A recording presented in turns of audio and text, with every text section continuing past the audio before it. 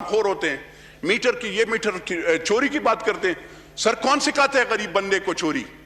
Meter reader सिखाता है ना सर, लाइनमैन दिखाता है। वो 500 और 1000 रुपए उस गरीब बंदे से लेता है जो 12 और 14,000 रुपए की सैलरी लेता है। उन पे इनकी वो नहीं होती क्या? ये मुझे ये बता दें कि इन्होंने कितने लाइनमैन, सुपरटेंडेंट, एसडीओ, एक्सीएन और उनकी एसेट डिक्लेरेशन ली है?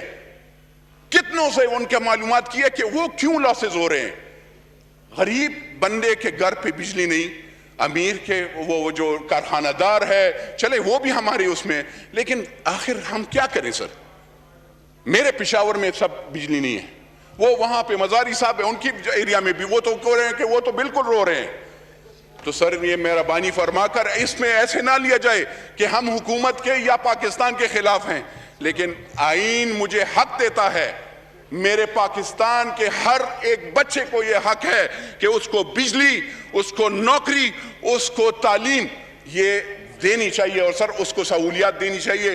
तो मेहरबानी फरमाकर सर, मेहरबानी फरमाकर ये यहां पे इस स्टेटमेंट से नहीं होता, वजीर साहब की स्टेटमेंट से नहीं होता।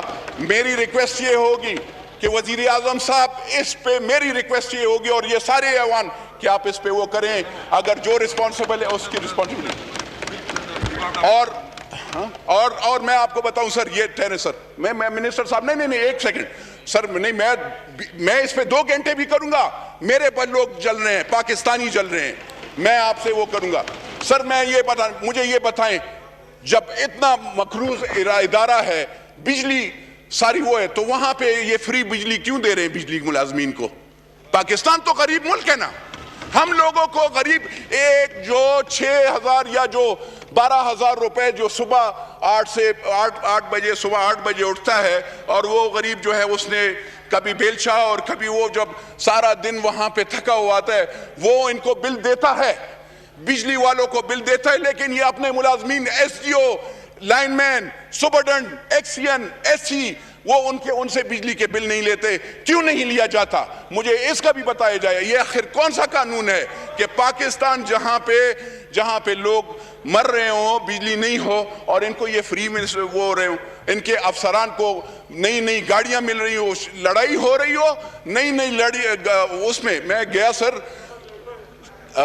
स्पीकर साहब जरा इस तरफ, मुश्ताक साहब जरा आप, जनरल मुश्ताक साहब इस तरफ आप वो करें, आप मुझे जरा सर। बात ये है, मैं अर्ज करना चाहता हूं, मैं खाली ये कर, मैं गया, बिजली नहीं थी सर, मैं पेस्को चीफ के और या एक्सीएन या एससी के ऑफिस गया, वहां पे 3 एयर कंडीशनर लगे होते हैं, लाइटें लगी होती हैं और गरीब आवाम बाहर उसके ऑफिस में कोई जाने नहीं दे रहा। एमएनए तो चला जाता है लेकिन गरीब आवाम नहीं होते। तो मुझे बताएं सर, ये ज्यादतियां कब बंद होंगी? मिनिस्टर साहब, आप हमारे अपने भाई हैं, हम अगर आपसे गिला करते हैं या इस ऐवान में करते हैं तो उसकी मजबूरी ये है कि हमारी माई बहनें, हम तो मर्द तो फिर भी बाहर निकल आते हैं, लेकिन हमारी माई बहनें उस घरों में जल रही होती हैं और उनके लिए खुदारा, उनके लिए सोचे कि हमारी वो माँ बहनें, उनका सोचें, क्योंकि उनकी वोट और उनकी दुआएं और उनकी बरकतों से हम इस ऐवान में आते हैं। मैं सर और वो नहीं करता हूं। अगर कोई सोचता है कि मैंने इसमें कोई वो किया, मैं किसी के साथ जातियात में नहीं हूं, लेकिन मेरे पाकिस्तानी अवाम, चाहे वो क्वेटा से हो, चाहे वो सक्कर से हो, चाहे हैदराबाद, चाहे कराची से हो, चाहे वो पंजाब से हो, चाहे वो गिलगित बल्तिस्तान हो या कश्मीर हो या खैबर पख्तूनख्वा हो, वहां पे बिजली देंगे सर। और मैं और कुछ नहीं, अगर नहीं करेंगे सर, हम सारे इंशाअल्लाह एहतिजाज करेंगे। शुक्रिया, अस्सलाम वालेकुम। जी अहमद अजहर साहब। जी सर।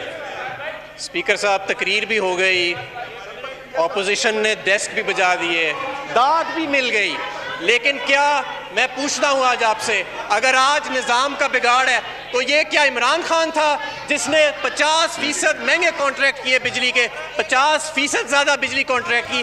क्या ये इमरान खान की हुकूमत थी जो पिछले 10 साल मुसलसल इंफ्रास्ट्रक्चर, अभी गौर से सुन लें, सारे बैठ जाएं जी, वजीर जवाब दे रहे हैं, उसको गौर से सुने आप। सबका एक ही मसला है, पूरा बता चुके हैं वो। सुन लें। क्या ये इमरान खान की हुकूमत थी कि जिसने 10 साल मन घड़त किस्म के कॉन्ट्रैक्ट किए महंगे? यार शराज साहब बैठ जाएं यार, क्या हो गया भाई मेरे, बैठ जाओ। और क्या ये इमरान खान की हुकूमत थी जिसने सियासी बुनियादों के ऊपर लाइनमैन भर्ती किए? क्या ये इमरान खान की हुकूमत थी जिसने सियासी बुनियादों के ऊपर मीटर रीडर भर्ती किए? तकरीर करना बहुत आसान है, काम करना बहुत मुश्किल है। अपोजिशन से डेस्क भिजवाना बहुत आसान है, ईमानदारी से, नेक नियति से इस मुल्क के लिए सब कुछ छोड़ के काम करना बहुत मुश्किल है। मैं भी इधर दो बातें अपनी हुकूमत के खिलाफ करूं तो ये अपोजिशन के लोग बेंच पे जाना, अपने डेस्क पे जाना शुरू कर देंगे, लेकिन ऐसी बात नहीं है। हमारी हुकूमत पूरी ईमानदारी के साथ जो बिगाड़ ये दोनों जमातें छोड़ के गई, मीटर रीडरों को भर्ती करके गई, महंगे कॉन्ट्रैक्ट करके गई, इंफ्रास्ट्रक्चर के ऊपर, ट्रांसमिशन के ऊपर किसी किस्म की इन्वेस्टमेंट नहीं की। क्या आप जानते हैं कि 2023 में, मैं आपको एक फिगर देता हूं, जरा सुने, 2023 में पाकिस्तान के पास जितनी पाकिस्तान को बिजली की ज़रूरत है 50% ज़्यादा बिजली होएगी, और उस तमाम बिजली के हम पैसे अदा कर रहे होंगे, 1500 अरब रुपया सालाना। क्या ये इमरान खान ने सौदे किए थे? क्या आज आपको पता है कि हमारी टोटल बिजली बनाने की जो काबिलियत है वो 30,000 मेगावाट से ज़्यादा है, लेकिन हमारा सिस्टम जो है वो 24,000 मेगावाट से ज़्यादा नहीं ले सकता। क्या ये इमरान खान का कसूर था? नहीं, ये इमरान खान का कसूर था, ये इन दोनों हुकूमतों का कसूर है। और आज बतौर पाकिस्तान तहरीक इंसाफ के नुमाइंदे के हमारा ये फ़र्ज़ है कि हम लोगों को सच बताएं और बताएं कि किस तरह इन दोनों हुकूमतों ने अपनी गलत पॉलिसियों के ज़रिए ये सारा बेड़ा गर्क किया, ना कि हम ताली की खातिर अपनी ये हुकूमत पर तनकीद करनी शुरू कर दें। तनकीद करनी बहुत आसान है, ताली और गाली के लिए कभी सियासत नहीं की। सियासत की है तो हमेशा सच के लिए, दलील के लिए, डेटा के लिए। और अब जनाब मैं आपको एक और बात बताऊं, जनाब डिप्टी स्पीकर साहब, इंशाल्लाह ताला हम इस निज़ाम को ठीक करेंगे। हमने LNG का इनका महंगा कॉन्ट्रैक्ट रीनेगोशिएट किया, हमने IPPs के साथ इनके महंगे कॉन्ट्रैक्ट रीनेगोशिएट किए। इनकी छोड़ी हुई 450 अरब की सालाना इजाफा होता था सर्कुलर डेट में, इंशाल्लाह ताला इस साल 200-250 अरब से ज़्यादा नहीं होएगा। ये भी हम कर रहे हैं। हम इन्वेस्टमेंट कर रहे हैं अपने सिस्टम के अंदर, इंशाल्लाह हम बिल्कुल इन्वेस्टमेंट करेंगे और हम हर बात का दलील के साथ जवाब देंगे, डंके की चोट के ऊपर जवाब देंगे और डेटा के साथ जवाब देंगे। बहुत शुक्रिया जी। अभी मैं एजेंडे की तरफ आऊंगा। हो चुकी है जी, बात हो चुकी है इस पे जी।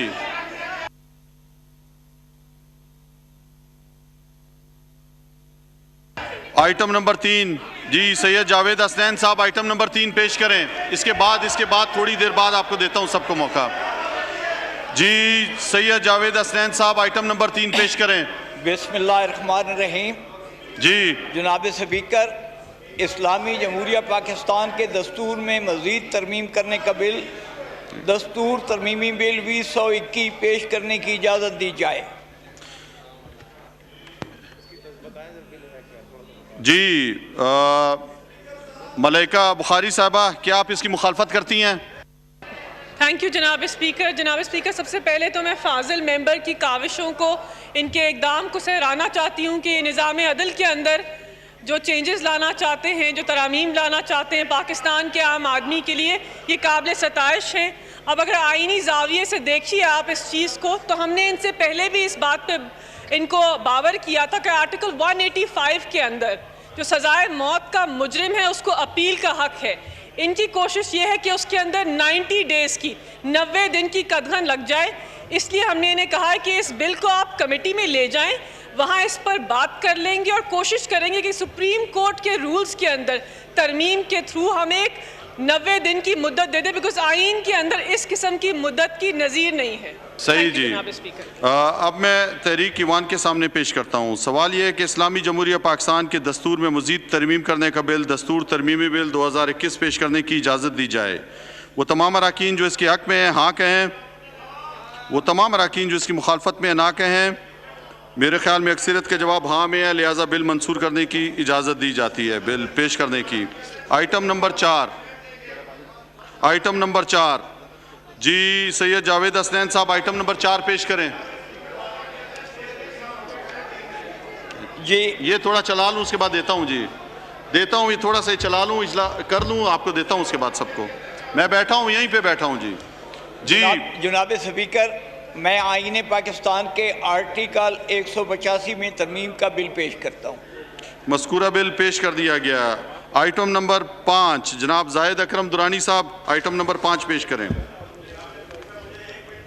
मैं आपको मौका दूंगा, एक कुछ मैं थोड़ा सा कार्रवाई पूरी कर लूं, उसके बाद सबको मौका देता हूं जी। I to move to I to move for leave to introduce a bill further to amend the Constitution of Islamic Republic of Pakistan, the Constitution Amendment Bill 2021 Amendment in Article 51, 106.